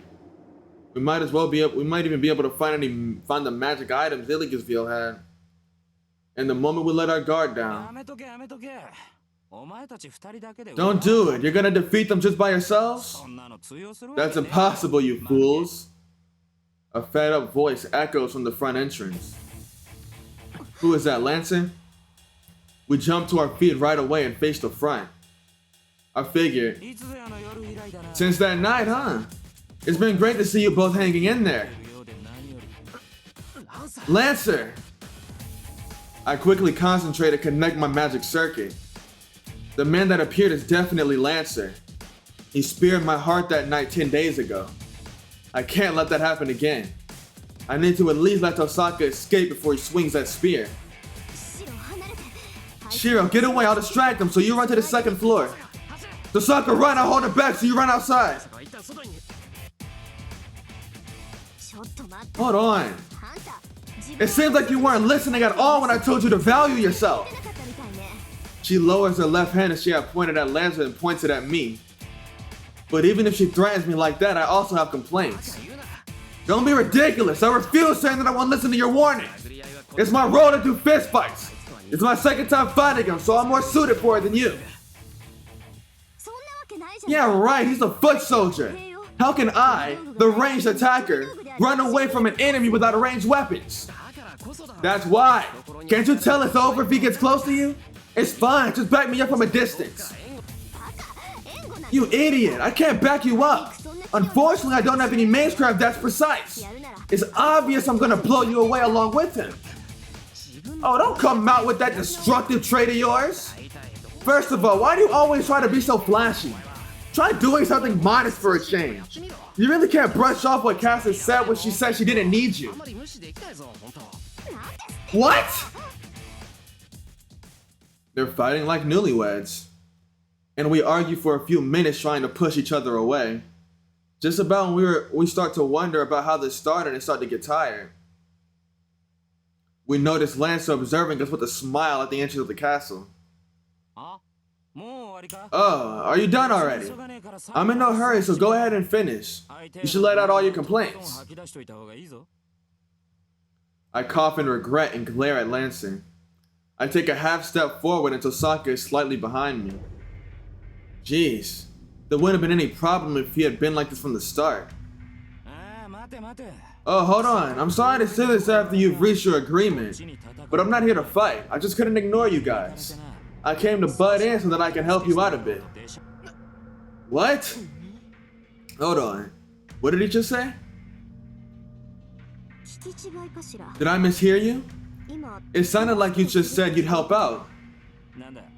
Oh, was it hard to understand? Guess I'll rephrase it. You two are no match for Caster. Since you can't beat her, I'm saying I'll give you a hand. My eyes widen, but Tosaka quickly grasps the situation. Yeah, you really are butting in, Lancer. But let me ask you, is that really your idea? No, it's my master's order. He wants someone to cooperate with against Caster since he's alone. Well, since we're just making an alliance until we defeat them. That's a decent reason. But if that's the case, there's a more reliable guy than us. Is she talking about Shinji and Gilgamesh? So that means Kiritsugu's still alive. Tosaka seems to be trying to find out whether Lancer knows about Shinji. No, that won't do. I don't want to ally with them. I have no complaints about his power, but it's bothersome having to constantly worry about my back. That's the correct choice, Lancer. But is that also your master's order? That's wrong as well. I chose you guys out of my interest. It's easier to reach a conclusion when we're acquaintances, right? He says casually. It seems like fighting Archer and stabbing me in the heart are the same as becoming acquaintances in his mind. Hold on, Lancer. I was almost killed by you twice, yet you think I'm gonna trust your words? I do. Your commander-in-chief is a good, frank woman. Such a good woman is helping you out. So you must be curious. You must be a curious, good-natured person too, right? I frown unintentionally. I'm troubled that Tosaka, who is supposed to be my ally, is nodding at Lancer's words. So that's it. That's why I thought we could cooperate. Oh, let me tell you. But it's not you guys. I'm the one who thought you guys could cooperate with me. I honestly can't tell the difference in the way he reworded it. That's some confidence you have. You brought on the proposal, yet you're gonna choose. Yeah, I liked you from the first time I saw you.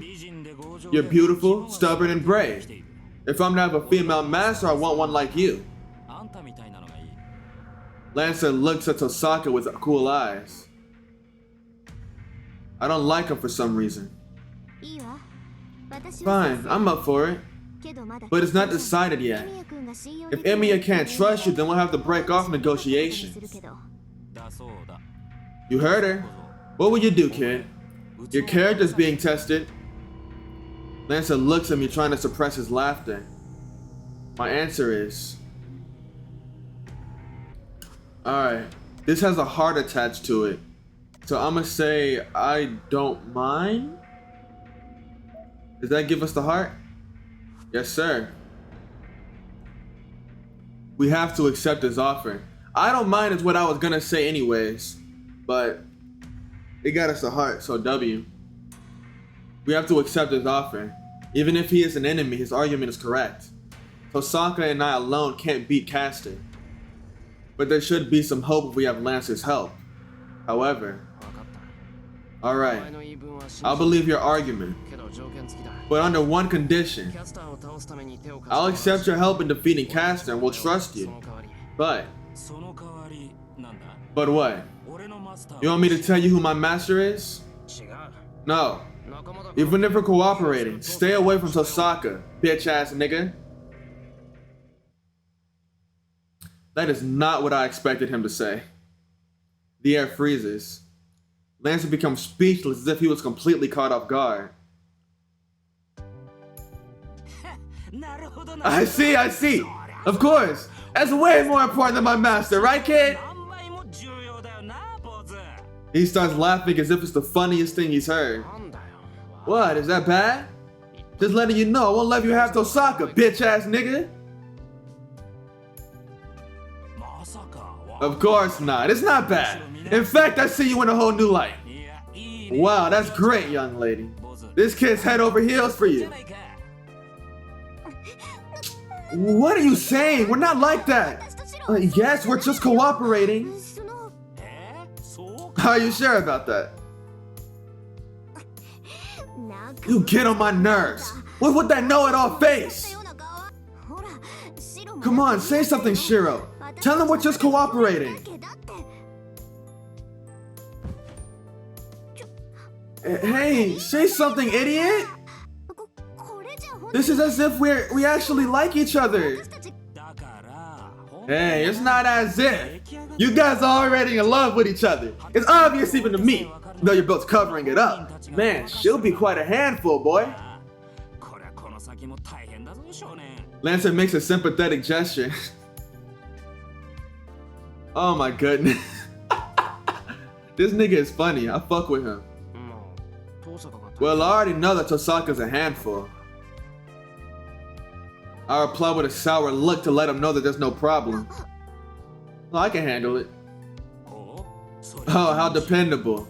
Then I shall be mindful when I interact with her. But well, she's fun to tease, so I'll have fun on the way. You don't mind this much, right? Alright, let's go with that. We'll get your help until we defeat Caster. Then it's decided. Well, let's shake hands. Hey, back up, nigga. Lancer comes up to me unarmed and shakes my right hand that I awkwardly put out. There are worrying factors, but we were able to obtain a reliable ally. All that's left is... I'm so mad! Whatever, I'm calling it off with you guys. I'll go be a caster by myself. How can I calm the roused Tosaka down?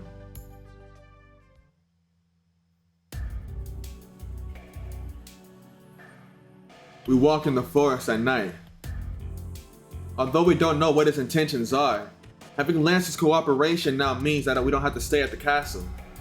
Lancer must have taken a liking to Tosaka, as he keeps messing with her and getting hit by her. Hey, you have your own master, right? Then you should stay quiet. We're gonna go back to being enemies once we defeat Caster. So it does no good talking, right?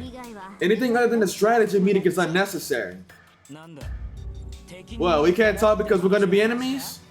You have less composure than it looks, huh? It should be natural for you to sit down and have a heart-to-heart with someone you get along with, even if they're your enemy. What era are you from? That kind of, I'll kill you tomorrow, but we're friends today stuff is out of style nowadays. You need to be thorough with it if you're gonna do it, or else it's rude to the other party. Wow, it sure has become a boring world.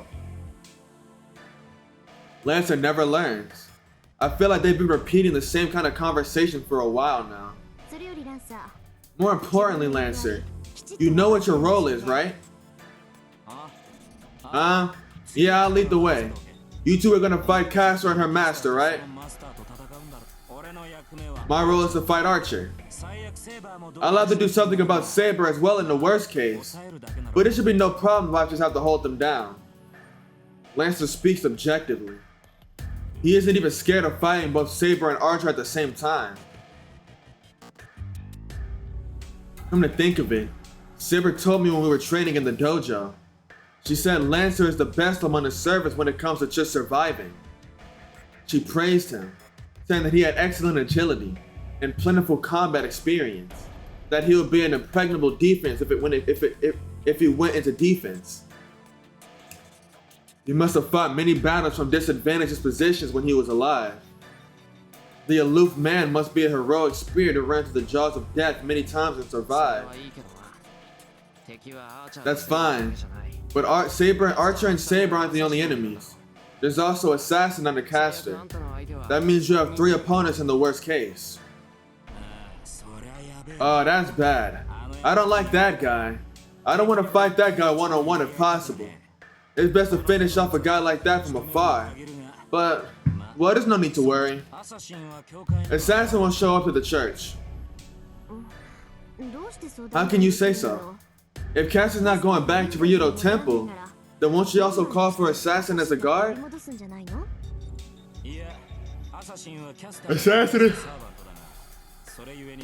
Assassin is a servant that Caster summoned, but there are limitations because of that. He's a heroic spirit that was summoned to that place itself. He can't leave Ryudo Temple in any case. Caster won't call for him. That thing is a servant that casts her summon without telling her master. She'll hide it as long as her master is at the church, and she won't let go of Ryudo Temple so easily either. She won't let go of Ryudo Temple, so that means it's because that mountain is the summoning place of the Holy Grail. Did you know? This is the 5th Holy Grail, but there are only 4 possible places where the Holy Grail could be summoned. 2 of those places are Ryudo Temple and the church. By the way, it was summoned at the church in the 3rd war. The 4th war was summoned in some plain somewhere. Oh, I thought you were just happy as long as you were fighting, but you're quite knowledgeable. My master just happens to be a bit difficult. It's not like I'm interested in your circumstances. Alright. Then this time summoning place is the same place as the first time, huh? So Sokka mumbles while she ponders. Ursa watches her with delight and walks on in the dark forest. It's deep into the night, and the date has long since changed. Dawn should be breaking by the time we get out of this forest and return to town. I mentally prepare myself when I walk. We will challenge Castor one more time in a few hours. I won't hesitate even if that girl has become our enemy by then. We will defeat Castor. I have to accept that that's a top priority right now. We head to the battlefield. No matter what waits for us at the church at daybreak, we can't stop now.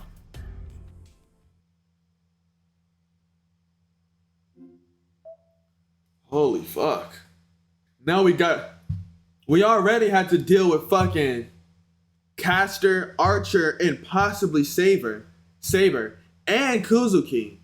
Now we gotta deal with Gilgamesh, bitch ass. Man, fuck Gilgamesh.